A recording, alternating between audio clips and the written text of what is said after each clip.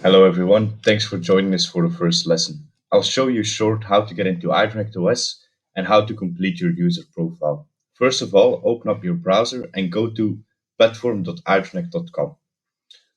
You can ask for your login credentials to your manager. If this is not an option, please send us an email at info@idronect.com. After creating an account, there is some more information we have to add to our profile so that when we use the platform in the future, our documents will be correct. So log into your account and then click on sign in. If you now hover over your email address in the top right corner and go to user profile, you can fill up all the information that's needed right here. So your phone number, you can verify it. Then you will get a text with a code so that you can verify your number in the platform, fill in your address, profile picture, and preferred language.